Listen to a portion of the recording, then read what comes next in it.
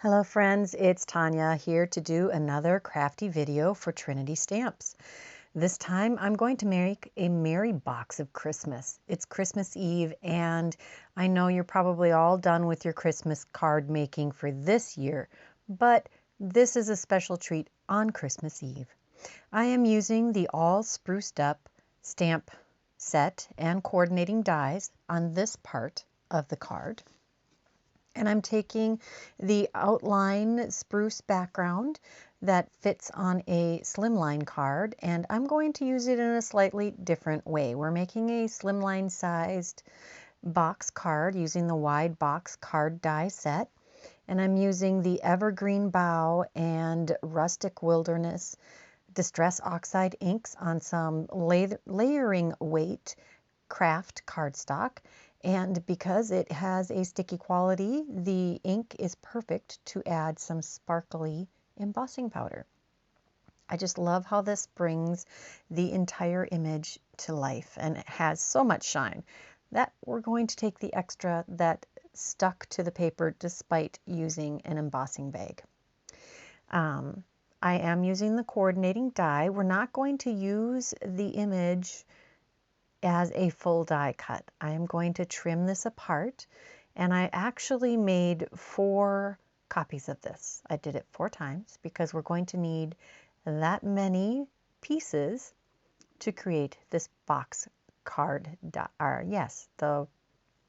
slimline box card. So I am using the layers of the wide box card die set to create the components of this card. I've die cut these little pine bough branches to coordinate with all of the pieces that we need for this card.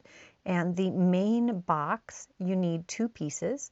There are the right side and the wrong side, so to speak. And I put the right side, the smoothest side, to the inside of the card so that when your flaps fold down, you have the prettiest edges showing.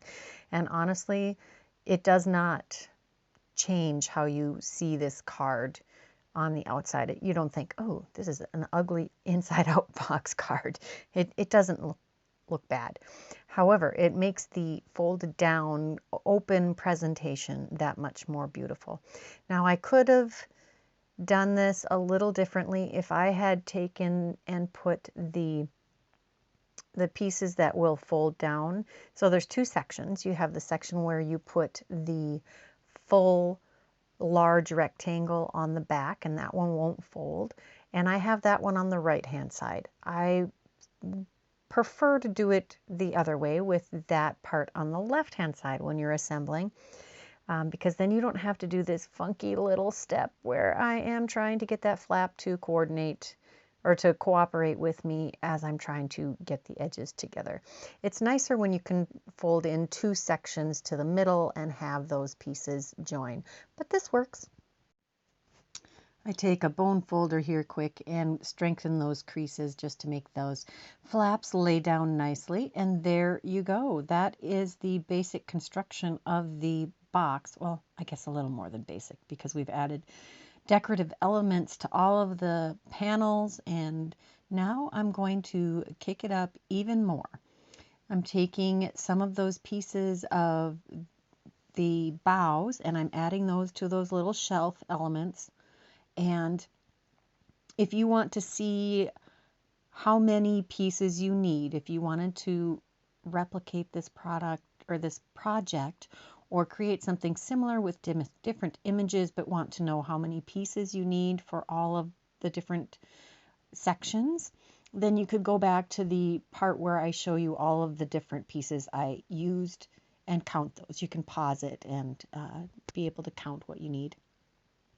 I'm going to take some shiny red embossing powder, and you can use whatever embossing powder you want. You can even stamp these in a red ink like a Distress Oxide and emboss them with a clear sparkly embossing powder, and that'll work too. But I have this red embossing powder, so I used it, and I think it adds a great detail to these poinsettias. So I'm going to color these with some Copic markers. I believe this is R24 and R29. And currently on this particular one, I'm putting the lightest color down first on all of the petals of the poinsettia. And then I'll come back with the R29, the darker Copic marker, and add some shading on the centers and the tips to kind of create that curve to the petals, and a little more darkness on the petals that are behind the bigger ones. Again, to create a little more depth. And I am by no means an expert at Copic coloring. I am sure there are people that would be cringing at my Copic coloring, but this is gonna look quite lovely on the card. And I do make several of these. I am all for lots of sparkle on my cards, especially during the holidays. So I've got some clear Wink of Stella here that I'm adding to the entire poinsettia. And then I've got a gold marker here. I don't end up sticking with this, but look at the shimmer. Gorgeous. At the end of creating this card, I do end up using some Nouveau crystal drops in like a gold color to add centers to the poinsettias, but I would wait till the very end, or at least put the Nouveau crystal drops on and then let the images dry for an hour or two before I tried to put them on the card. Although you'll see why that might not be the best plan either. I did add them after the card was constructed. So next we are going to create some pine boughs and berry branches, or excuse me, not pine boughs, pine cones and berry branches, which are included in the All Spruced Up stamp set, which has coordinating dies, which you've already seen me use. We're using walnut stain and gathered twigs and some candied apple. I like a little two-toneness, so I'm going to do a little bit of rock and roll here. So I ink up with the darker ink and then tap on the ink up with the lighter ink and tap on some of the darker ink to create a little extra variation and depth. And this is, you may notice, the scrap from the inside of the die cut spruced boughs. Waste not, want not, right? And I am taking the candy apple to add the berries to these branches, and they do line up pretty darn easily. Again, these are Distress Oxide inks, so I'm going to be able to easily heat emboss with these. I'm going to take this container of clear embossing powder, and I can't tell you which company it is. It's actually probably more than one company. I frequently will just add whatever clear embossing powder, the fine detail clear embossing powder, whatever of it I have, I pour into that container. And it's super easy to just dip things in. And I don't have enough space in my craft room to do that with all of the embossing powders, but the things that I use super frequently, well, pretty much it's just the clear one, but yes. So now I'm going to trim these apart a little bit so I can send them through the Sidekick in the most efficient manner. And I will have several of these little pine cones and berry branches to add to the card. Aren't they pretty? Look at that. I love the shimmer and shine. I think that adds such a beautiful finishing touch to them. So now I'm going to take my Barely Art Precision Glue and I'm going to glue these all over the card. I'm just carefully going through, well, I wouldn't even say carefully. I did not have a pre-plan with all of these images. I just had a bunch of them all die cut so that I could create a scene with them. And I wanted it to be full and lush and beautiful. And to stretch the poinsettias a little bit, I did die cut them, or not die cut them. I cut them apart to use them in different spots so I could get a little more use out of them. And you're going to see me put this poinsettia on the corner and then trim off the excess. And that excess is going to be used on the flaps also.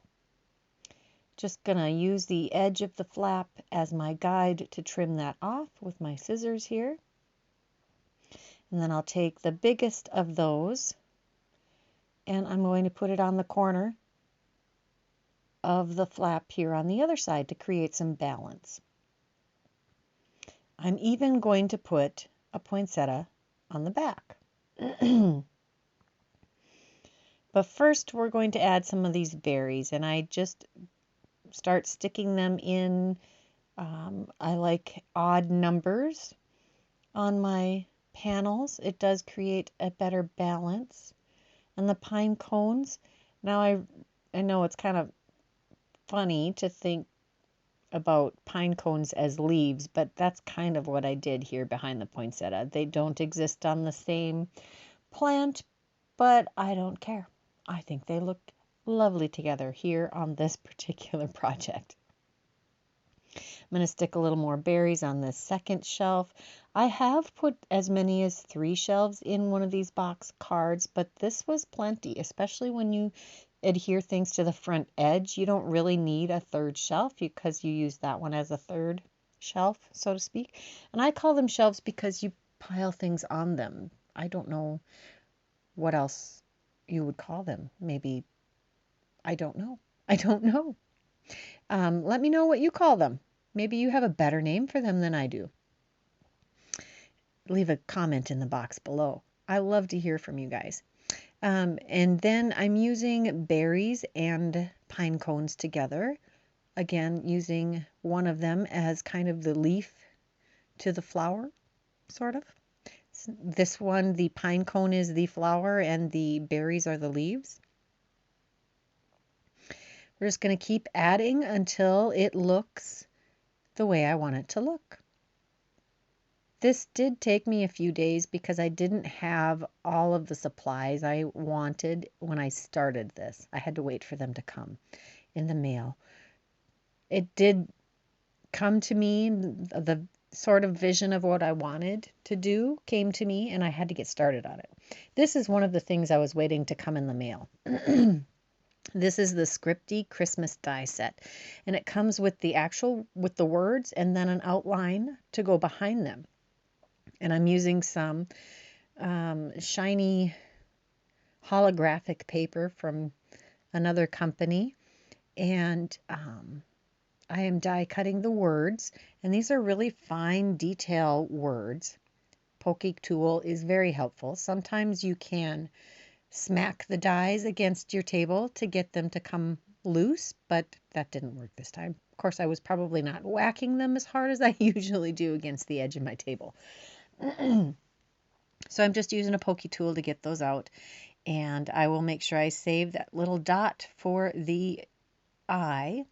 Then I'm going to cut the outline image or the back layer out of vellum, and they do fit through your sidekick. It's a little tough with this one because it's just about as long as the plate, but it works. Now this is where your reverse tweezers are super helpful. They help you grip these delicate little words, and a good fine tip glue is super important. It makes assembling these fine detail word dies a snap. I avoided them for a long time until I found this glue that works for me. Then I just carefully start on one end of the word and apply that to the vellum. And I tend to flip them over to press them down so that I don't get my inky fingers all over the front of the project. There's nothing worse than getting your inky fingers on the finished project and ruining what you had been working on for hours.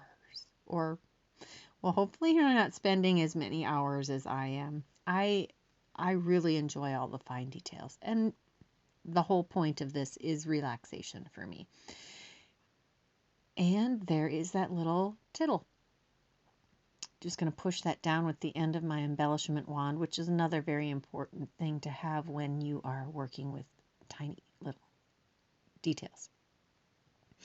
Taking some acetate strips here to prop these up, and they work great with the glue also. I'm just going to tack one on each end of this word, and then we're going to carefully adhere that inside the box.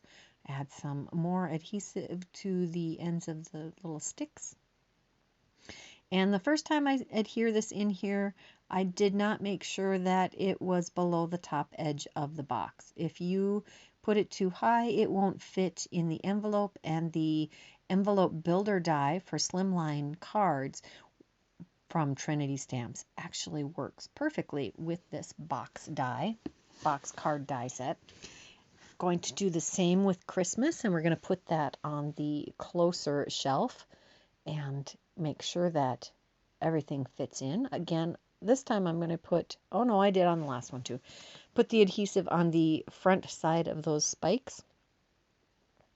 Adhere those inside the box. And that is the finished card. Just going to make sure the S is in front of the poinsettia.